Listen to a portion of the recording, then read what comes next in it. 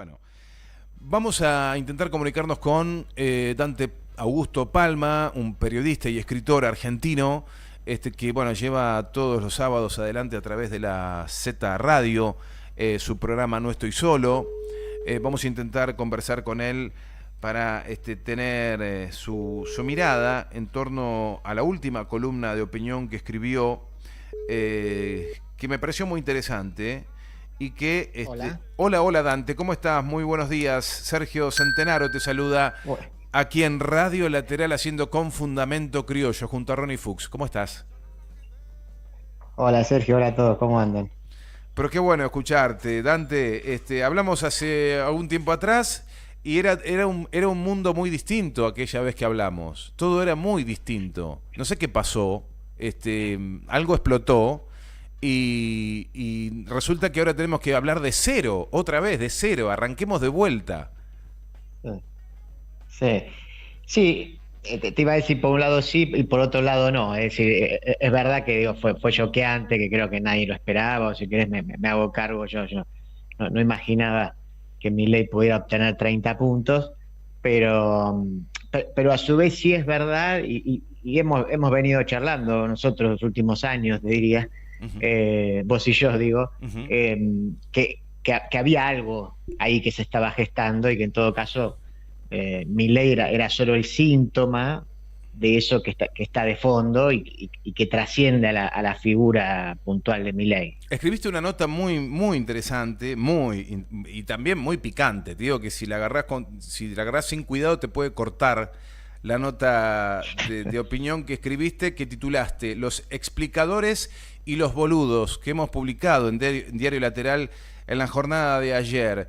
Quienes quieran pueden entrar, escucharla y leerla. Contanos, ¿qué es esto de los explicadores y los boludos?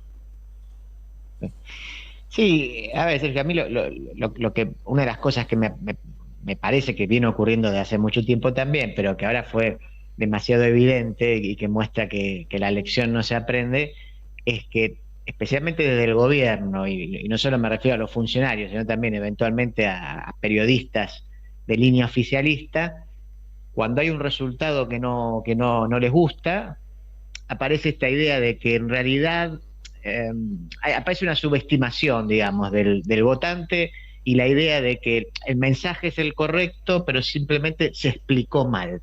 O sea, hace falta explicar mejor, ¿no? Aparece esta idea de la gente es estúpida y, bueno, en todo caso, nuestra autocrítica es que no supimos explicar. Ujú, No le supimos explicar al tonto la verdad ujú, y por eso el tonto votó mal, ujú. ¿no?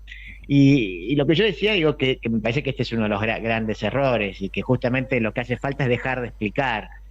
Todo el tiempo, de hecho, se la pasan explicando. Y en principio, aunque suena un eslogan, lo que podríamos decir es que hay que explicar mucho menos y escuchar mucho más. O por lo menos empezar a escuchar y después, en todo caso, empezar a escuchar mejor Ujú. y dejar esta cosa de vanguardia iluminada que viene a contarnos cómo son las cosas, ¿no? Todo el tiempo nos están explicando cómo tenemos que ser, cómo tenemos que comer, cómo tenemos que hablar, cómo tenemos que hacer, etcétera, etcétera.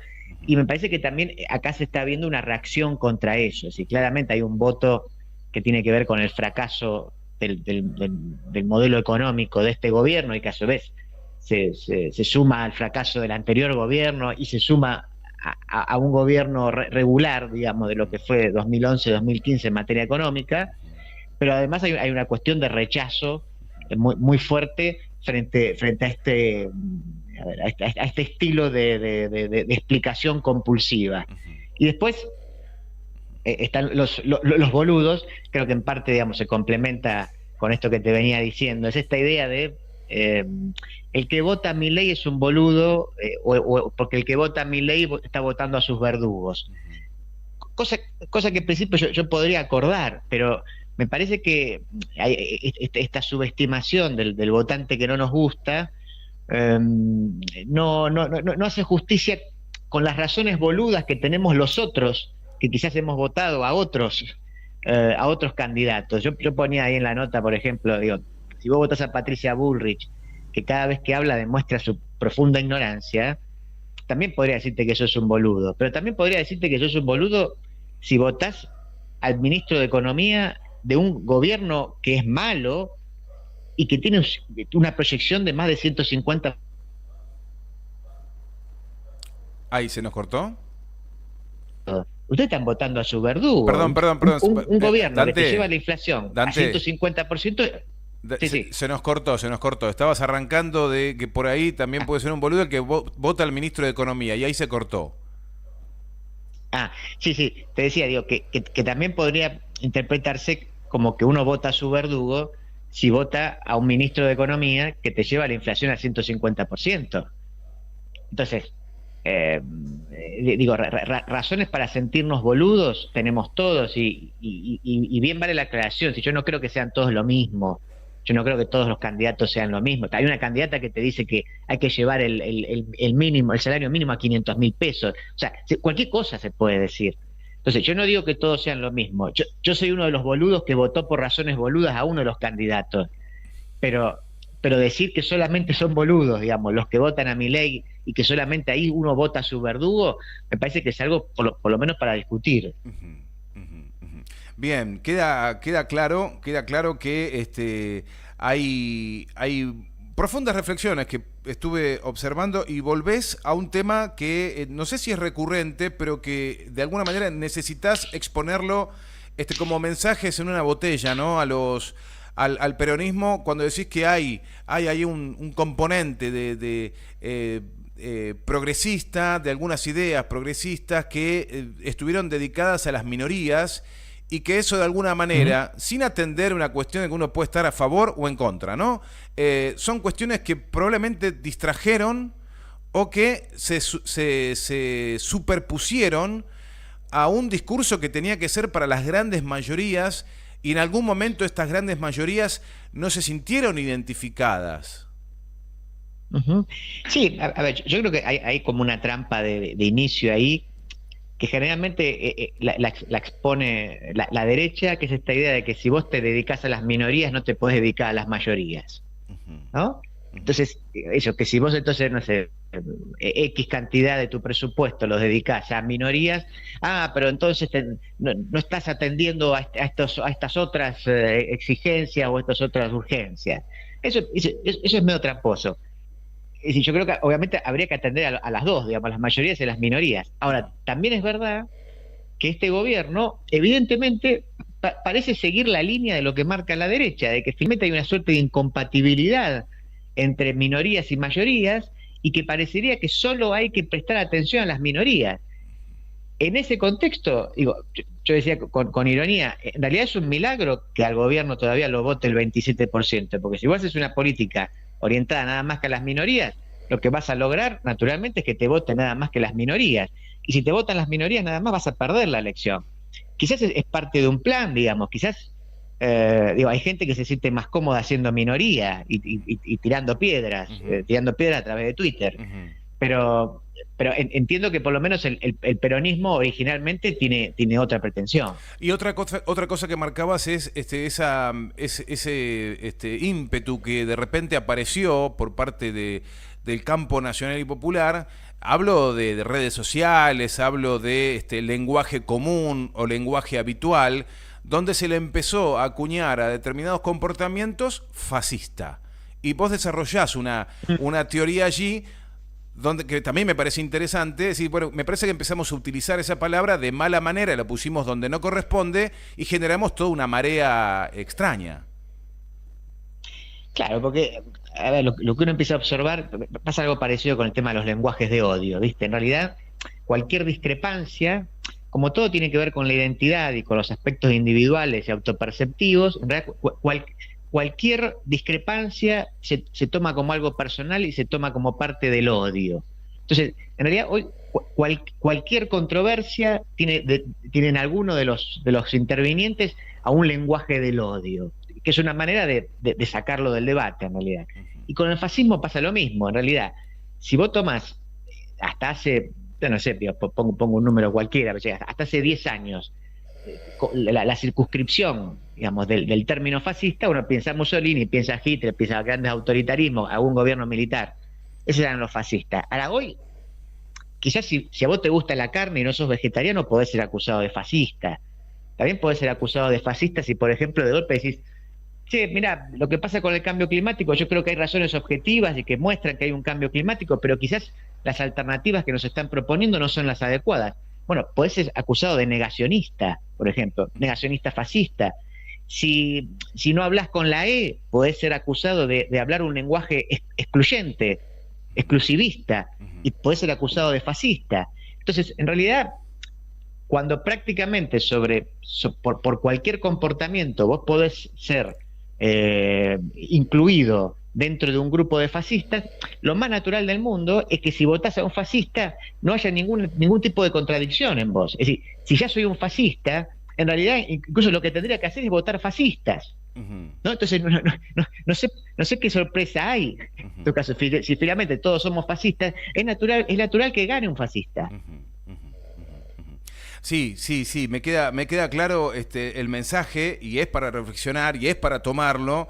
Y vos sabés que me parece que en esta oportunidad yo creo que sí entró la reflexión. Esta reflexión que vos estás haciendo, no sé si compartís esta idea, pero me parece que sí se dieron cuenta que hubo ahí falencias o un descuido involuntario, evidentemente, de enamorarse de discursos que eran para minorías, y que hoy estamos necesitando ese voto mayoritario que nos llega, y probablemente sea una devolución de deficiencias no solamente en lo económico, que hemos tenido problemas muy graves, sino también en lo cultural. Hay que decirlo. Sí, sí, sí, yo creo que, viste, y obviamente yo no puedo saber las magnitudes, y creo que nadie lo puede saber. Es decir, bueno, cuánto del voto de Milei tiene que ver con esta, si quieres, disputa cultural, y cuánto tiene que ver con lo económico. A mí me da la sensación de que lo económico tiene más potencia, pero no tengo dudas de que también hay un componente cultural muy fuerte de opresión. Cuando uno dice, ¿qué está pasando? Que la rebeldía es de derecha. Y la rebeldía es de derecha porque el statu quo es progresista y es de izquierda.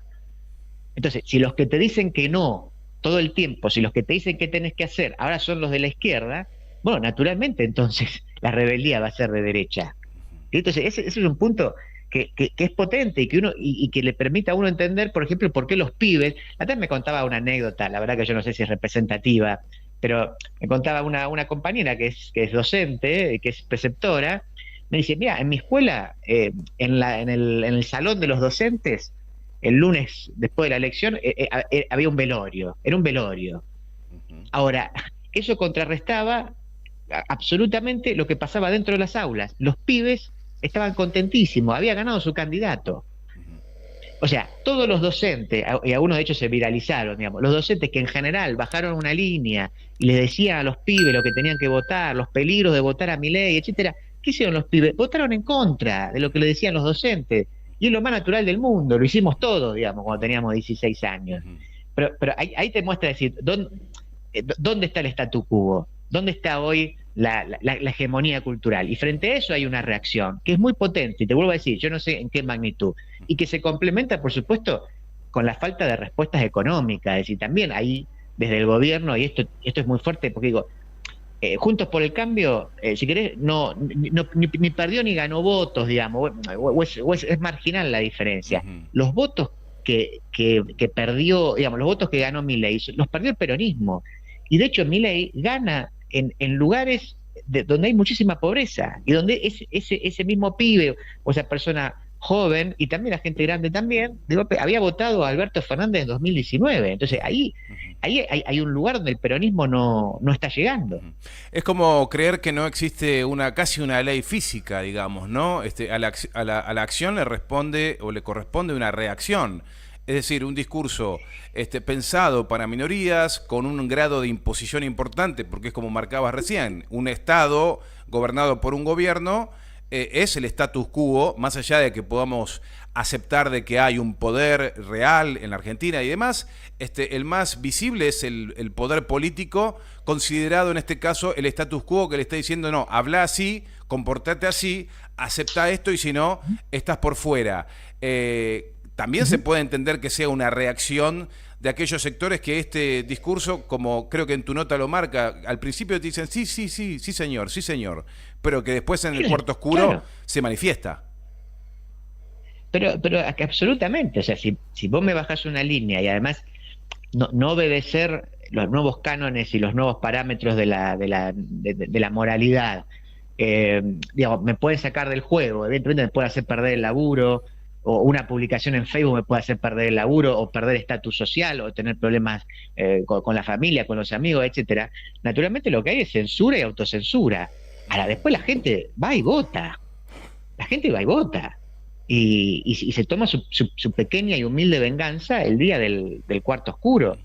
Así que, viste, eso a mí me parece que también está pasando y pasa de manera subterránea. Justamente el statu quo ni siquiera puede ver en el formato de instituciones, ONG y también encuestadores, etcétera. No pudo ver ese fenómeno que está por detrás y que se tomó su revancha el 13 de agosto.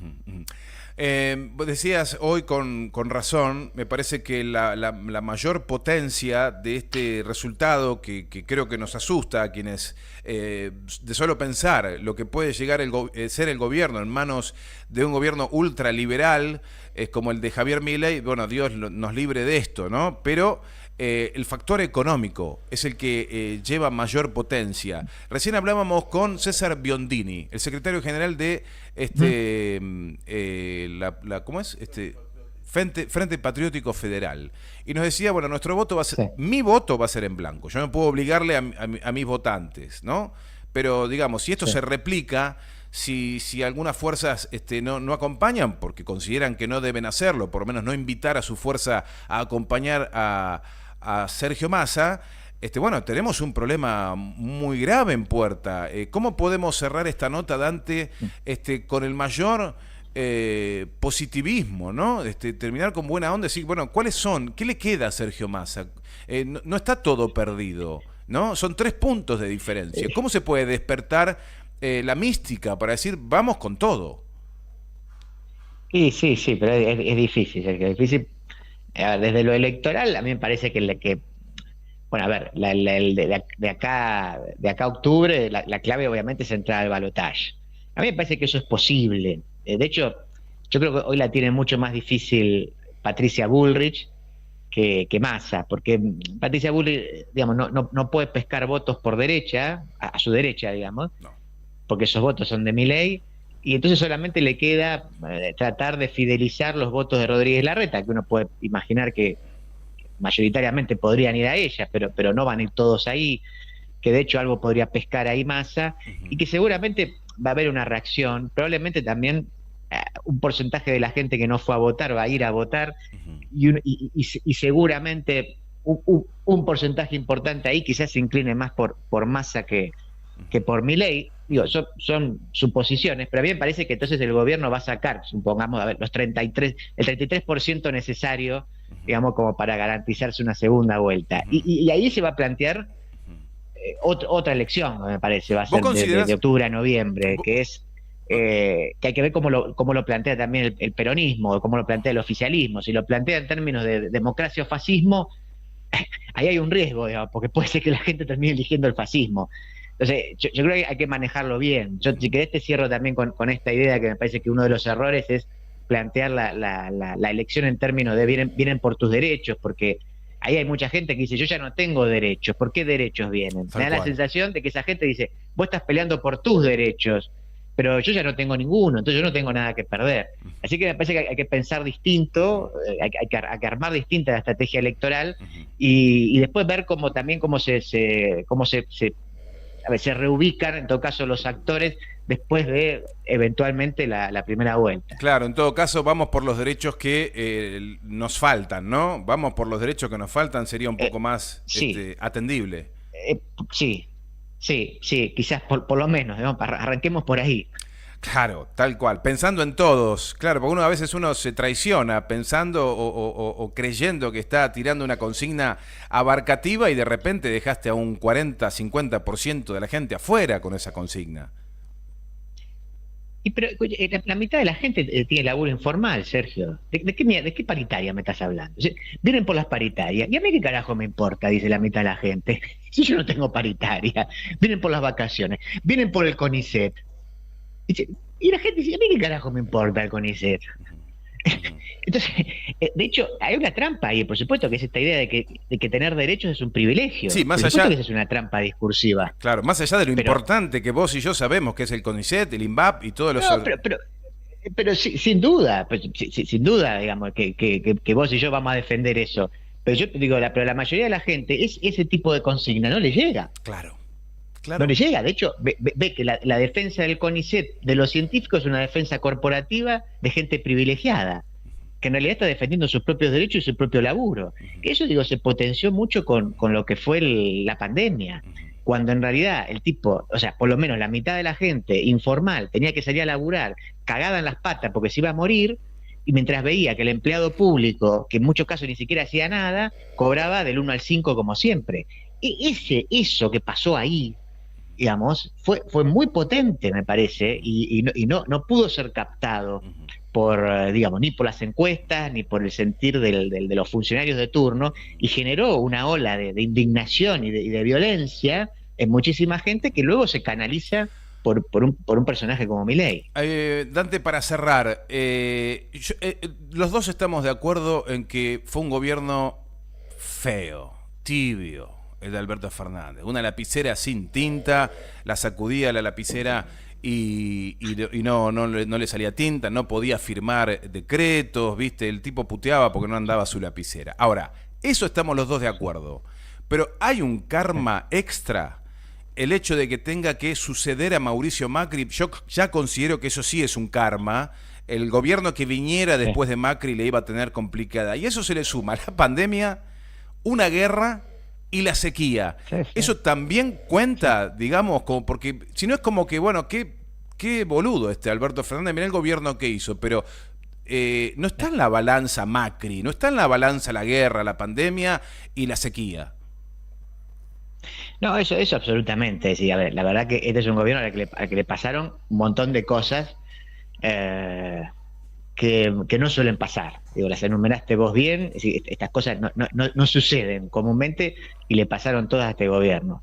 Pero a la hora de votar es injusto, digamos, pero es así, pero ya está. Ya está. Nadie vota diciendo, pero le tocó la pandemia. Y no, ¿viste? No. Y no, pero es así. A ver, yo por ejemplo, te lo pondría con la metáfora de la bomba. Es decir, yo no creo que tiene la misma responsabilidad el que pone una bomba que el que es incapaz de desactivarla. Ahora, pero una vez que explota, y una vez que explota, le explotó explotó a los dos, digamos, Claro. en todo caso. Claro. Entonces, te vuelvo a decir, yo no creo que se pueda, digamos, evaluar y que se vea evaluar lo mismo el tipo que condiciona a la Argentina yendo al FMI y pidiendo una guita que es imposible de devolver, que en todo caso el que no tuvo la decisión de ir al frente y de ir a confrontar con eso y resolverlo mejor. No son equivalentes. Y aparte me Pero olvido... a la hora de votar, Ajá, me olvido... digo eso, pero a la hora de votar, y bueno, ya está, digamos, 3 años y medio es suficiente para la gente para decir, bueno, este gobierno no funcionó. Sí, y me estoy olvidando que también le tocó a Sergio Massa suceder a Alberto. Esto lo digo a tono de sorna, ¿no? Con humor. No, pero es verdad. Le tocó Pero sucederlo es verdad. a Alberto le tocó sucederlo a Macri. O si no, decime dónde está Alberto, qué está haciendo. Pero a Massa le tocó sucederlo. Interinamente, no sé, Pero, digamos, que alguien lo diga. Sergio Massa está yendo por su reelección. Exactamente, exactamente. Digamos, No que tengo alguien ninguna lo duda. diga, que alguien lo diga, Hace por un año favor. que gobierna. Claro, Sí. claro, Sí. con el lastre, Sí. con el lastre de Alberto Fernández está gobernando. Sí, totalmente. No, yo estoy de acuerdo eso. Alberto Fernández hace un año que no gobierna más. Ujú. Y esto yo también, digamos, yo le respeto, digamos, a Massa, o soy menos crítico de Massa, si querés, de lo que podría hacer, en cuanto que es verdad que agarra, digamos, una papa caliente, pero agarra una papa caliente en un gobierno que está completamente desarticulado y donde desde adentro del propio gobierno le traban las cosas. A Massa y a Guzmán se lo habían hecho también, y a su vez se lo hacen entre los funcionarios del propio gobierno. O sea que es muy difícil llevar adelante un país de esta manera. Dante, gracias por esta nota, gracias por ayudarnos a comprender lo que está pasando. Yo sé que no es fácil, inclusive para vos que tenés un bisturí en las manos cada vez que haces notas de opinión, pero nos ayudas a pensar y creo que es necesario en este momento. A vos sí te toca el rol de explicar muchas cosas, no al gobierno que tiene que ejecutar. Por eso te agradecemos estos minutos. Bueno, Sergio, te mando un abrazo. Gracias como siempre. Hasta pronto. Dante Palma, nuestro amigo, periodista, escritor, conduce un programa No Estoy Solo en la Z Radio todos los sábados a partir de las 10 de la mañana hasta las 12.